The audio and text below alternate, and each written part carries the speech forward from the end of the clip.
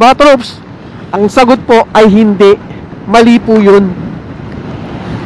Hindi po dapat MV file number ang sinusunod natin.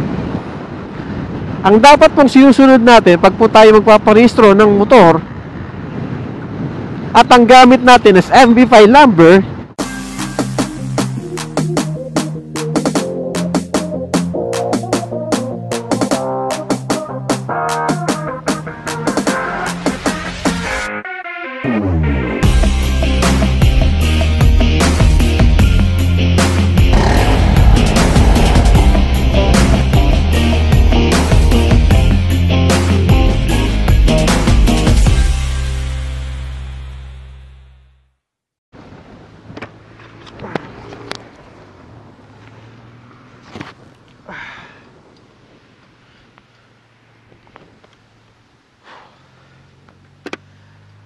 alam nyo ba mga katrops, kung kailan tayo nagpaparehistro ng ating motorsiklo o ng ating motorcycle kapag ang gamit natin ang MB file number pa lang. So ibig sabihin nito, wala pa tayong plaka mga katrops. Kasi marami sa ating mga ka-riders, ating mga katrops, na hindi nila alam kung kailan sila magpaparehistro.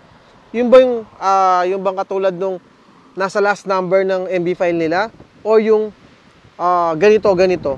So, kasi wala pa tayong plaka. So, anong gagawin mo para makapagparehistro ka? At ano ang tamang araw, buwan ka dapat magparehistro kapag ang gamit mo MB file number pa lang? So, paano mga trops? Samahan nyo ako. Pag-usapan natin yan kung kailan tayo magpa-file o kailan tayo magpaparehistro ng ating motorsiklo kapag gamit natin ang ating MB file number. Okay? Let's go!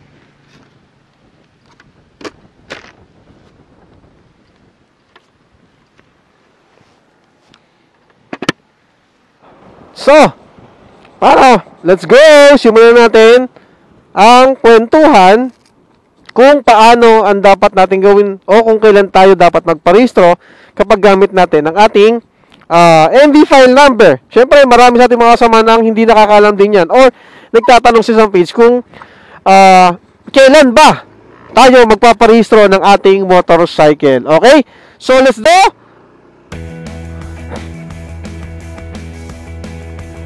Let's go! Alright! Okay na! Mga trops, kayo ba ay isa sa mga gumagamit ng MV file number? Ito yung mga walang plaka. Diba? Marami sa atin ang walang plaka hanggang ngayon. Diba? Ilan sa atin 2016, 18, 19, puro mga wala pang plaka yan. MV file number. Ito mga katrops yung ginagamit natin na Honda Fit FI. Ito ay 2018 model. So dahil 2018 model siya, hanggang ngayon wala pa rin siyang plaka. So 2 years na. 2 years na natin ginagamit pero hanggang ngayon wala pa rin plaka. Wala pa rin yung nire-release si LTO.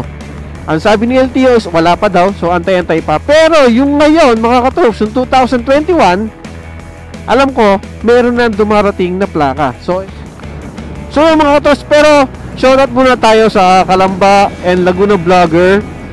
Kalamba and Laguna Motovloggers. Ayan, Laguna Vlogger PH. Motovlogger Alliance. Ayan, shoutout sa inyo lahat. Mr. and Mrs. Prince. Helmet House. Secret Shop. Ayan, Moonsai KL. Si Maos, ayan. Maraming salamat din kay Maos. At congratulations syempre kay Maos. Kasi na-hit na niya yung 1,000 subscriber at 4,000 watch hour. So congrats kay Maos. At welcome to the family ng YouTube channel. Isa ka na sa mga YouTube vlogger ng Pilipinas. So tuloy-tuloy lang tayo dyan, okay? So mga tops, eto na. Pag-usapan na natin.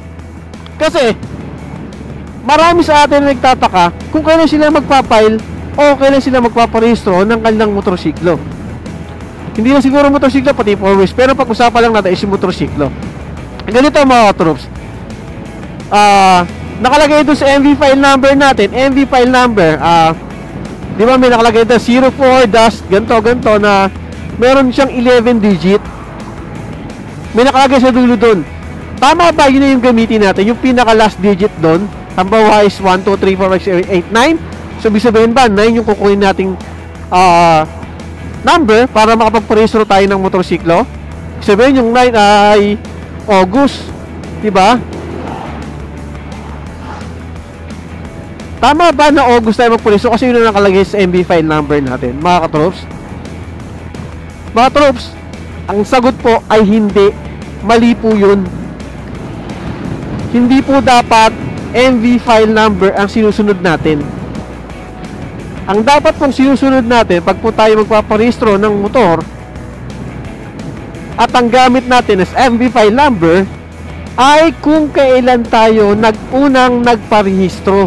Halimbawa ganito mga katroops, binigay sa atin ni Casa yung ating motorsiklo na nakarehistro na ng April. Okay, the following year, kasi nakarehistro niya, binigay sa atin ng Casa. Sumunod na taon, ganito nangyari, nagparehistro uli kayo ng April.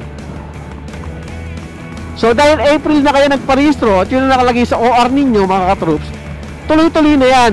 Taon-taon hanggat wala kayong plaka, doon kayo magpaparehistro yung April. Hindi nyo dapat sundin yung MV file number. Kahit magtanong po kayo sa LTO mga katroops, ganyan po ang rules nila.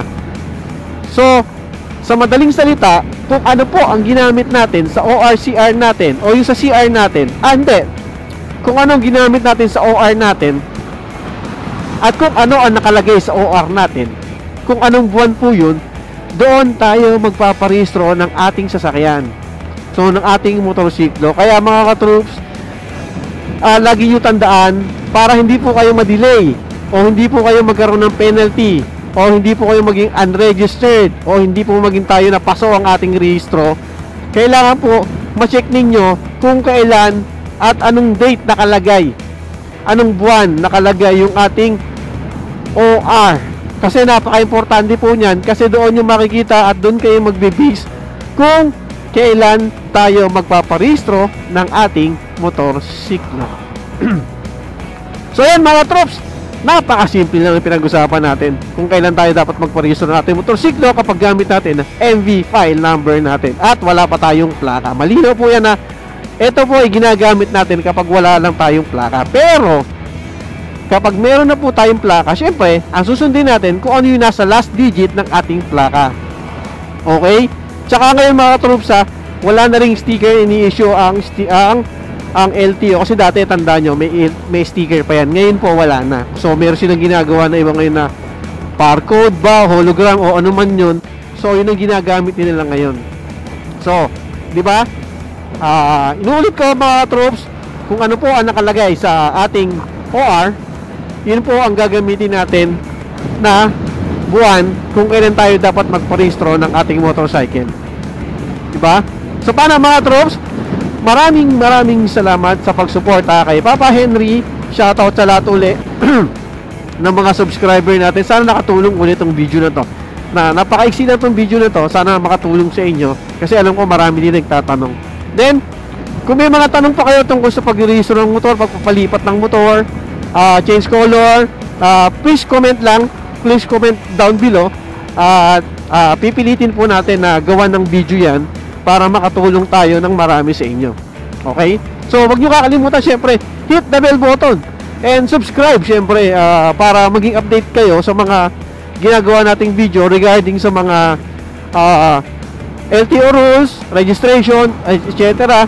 So, yun. Tapos yung mga driver's license, syempre, motorcycle helmet. Okay? So, paano? Maraming salamat mga troops. Stay safe, ride safe always, and God bless.